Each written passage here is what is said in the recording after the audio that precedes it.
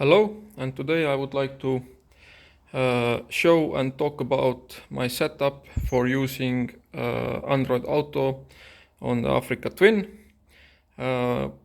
It's nothing special about the setup, but a couple of things I think it's worth to know as information and why I've chosen my solution. So here is my quad lock phone mount where I keep my phone. So when I ride, here are my bike screens and my phone is on top. So if I connect my phone with Android Auto, the phone screen is dark, switched off, and Android Auto is running on the motorcycle main screen, and the auxiliary screen is for your speed indication and warning lights and so on. So at first I tried just a simple wire for charging the phone and connecting to Android Auto, but they are quite long, so it is hanging about here and it's not so nice. So I was trying to look for something better. So I thought that maybe the best thing is to get this wireless dongle. So this is what I've purchased. This is CarLinkit Mini Ultra dongle for Android Auto. I think Apple CarPlay also.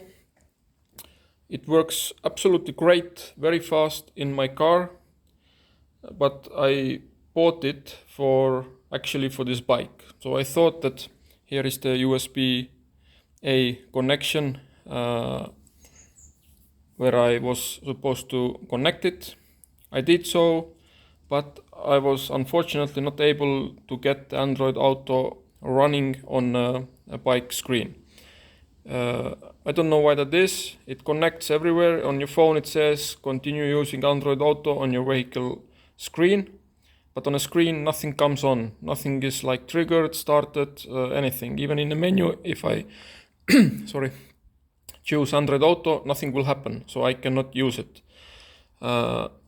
The manufacturer says that you have to have your intercom also connected to the bike, that will trigger the Android Auto. I've tried that also.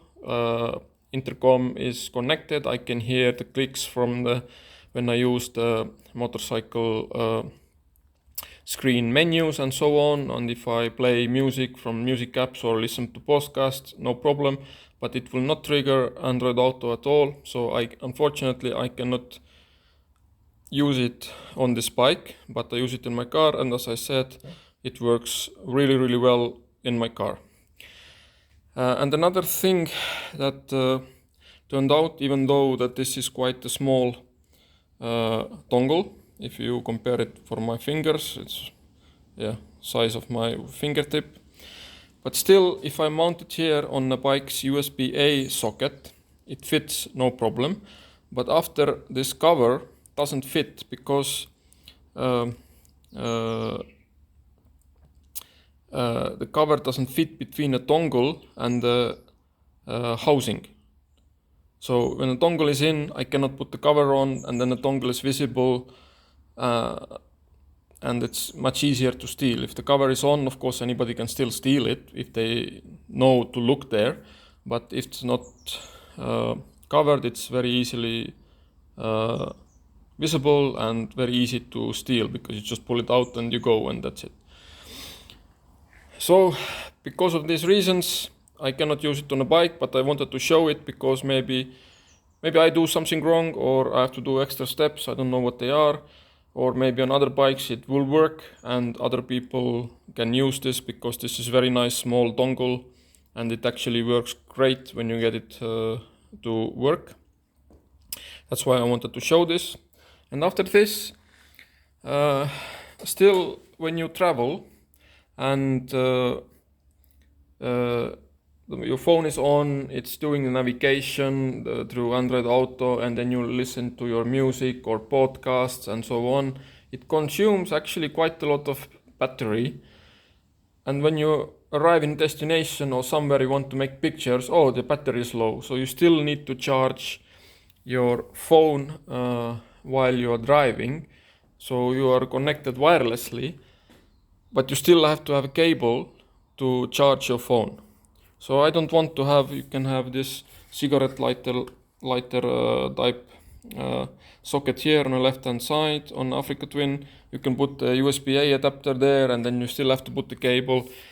So it comes a little bit like messy. I thought this wireless thing will be very easy and nice, but in real life you still need extra things to have it perfect. So for that reason I went back to cables, and then I start looking for good cables. And most of the cables in the shops, at least around my place, they are 0.5 meter, 1 meter, 1.2 and so on, but they are all too long, so you have to hide them somewhere or stash them behind the screens. Yes, you can make it work, but I was looking for shorter cables, and this cable is about 35-40 centimeters and it fits perfectly. So at first I used my GoPro cable, also good length, very good cable for this solution, but I will show later why I stopped using that one. And now I have this cable.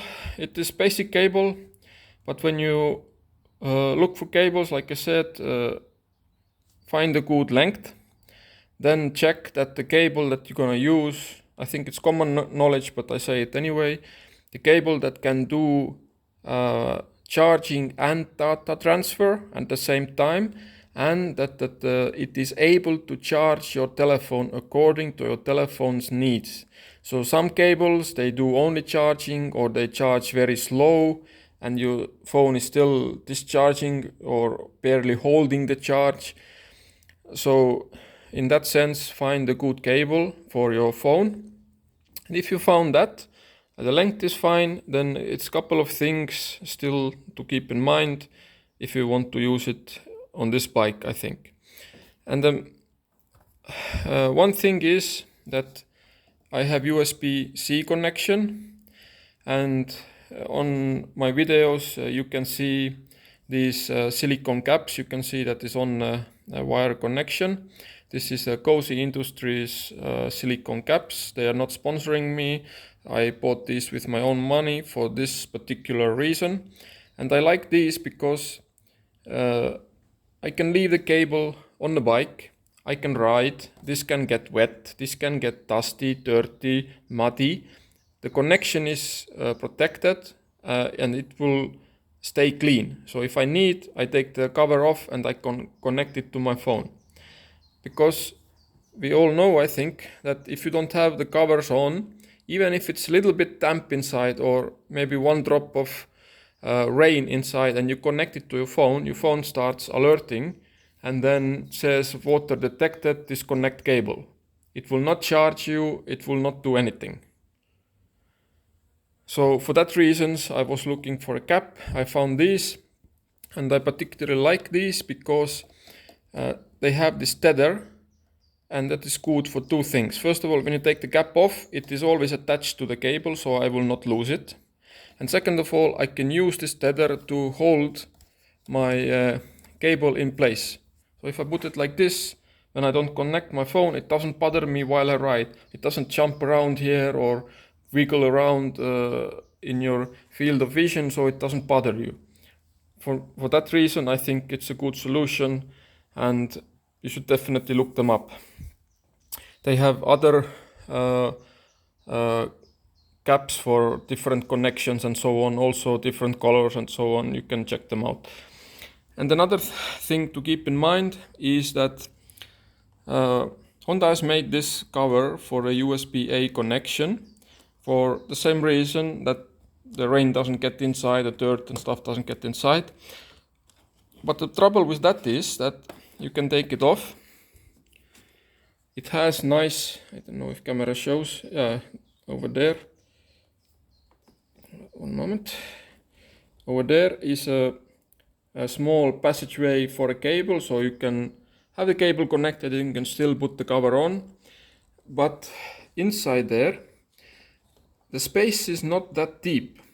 So as I said, I used my GoPro camera cable, but this part of the USB-A is so long that you cannot put the cover on.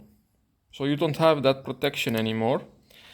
And for that reason, I was looking at different cables and I stopped using this GoPro cable. There's nothing wrong with the GoPro cable, it works very well.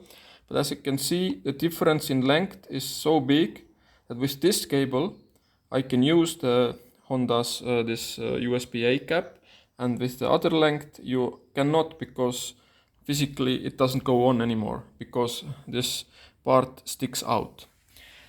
So these are the couple of things to keep in mind when you want to connect your phone on a bike like this, or maybe these things will apply to other bikes. Maybe other bikes have better solutions, or I don't know. But that's why I thought it's worth doing this video, that this may help other people as well if they want to have a good solution. Well, it's a good solution in my opinion. People maybe think differently, but that was the topic and my solution today. Thank you very much for watching and see you in my next videos.